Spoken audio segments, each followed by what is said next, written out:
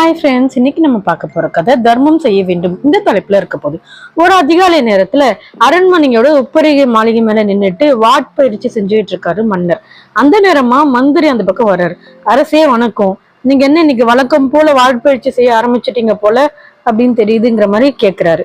ஆமா மந்திரி, இன்னைக்கு ஏனோ தெரியல, நான் மத்த நாட்களை விட இன்னைக்கு ரொம்பவும் உற்சாகத்தோட பயிற்சி செஞ்சுக்கிட்டு இருக்கேன் அப்படின்னு சொல்லி மன்னன் சொல்றாரு. மன்னர் இப்படி சொன்னதை கேட்ட உடனே வாள் சுத்திக்கிட்டு இருந்த நேரத்திலே மன்னரோட கை பேசிக்கிட்டு இருக்கும்போது தடுமாறி அந்த கேடையும் தவறுதலா கீழே விழுந்தது. அதை பார்த்த மன்னருக்கு ரொம்பவும் கவலையா இருக்கு. உடனே அவரு மறுபடியும் வாட்பயிற்சி செய்யறதை விட்டுட்டு அந்த எண்ணத்தெல்லாம் தூக்கி ஓரம் கட்டிட்டு ரொம்பவும் சோகத்தோட அந்த உப்பரிகை மாளிகை விட்டு கீழே இறங்குறாரு. அவரை தொடர்ந்து மந்திரியார அவர் பின்னாடியே போயிட்டு இருக்காரு. மன்னர் வேகமா வாட்பயிற்சி தயாரிக்கும் அந்த இடத்துக்கு போயிட்டு இருக்காரு. அந்த வாட்கள்ல எங்க தயாரிப்பாங்க அந்த இடத்துக்கு போறாரு.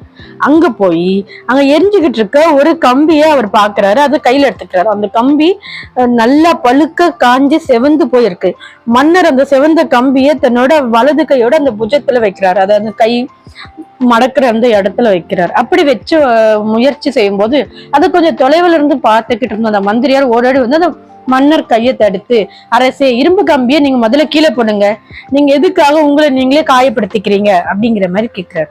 மந்திரியாரே, நான் இப்போ தடுப்பு கிடையத்தை தவற விட்டுட்டல, அதுக்கான தண்டனையை எனக்கு நான் கொடுத்துக்க வேண்டாமா, அதை நான் செஞ்சுக்கிட்டு இருக்கேன், அதனால நீங்க என்ன கையில சூடு போட விடுங்க, தடுக்காதீங்க அப்படிங்கிற மாதிரி மன்னர் சொல்றாரு. அரசே, முதல்ல இரும்பு கம்பியை கீழே போடுங்க, அதுக்கப்புறம் நான் சொல்றது பொறுமையா கேளுங்க அப்படின்னு சொல்லி மந்திரியா சொல்றாரு. மன்னர் உடனே இரும்பு கம்பியை கீழே போட்டுட்டு மந்திரி முகத்தை பாக்குறாரு.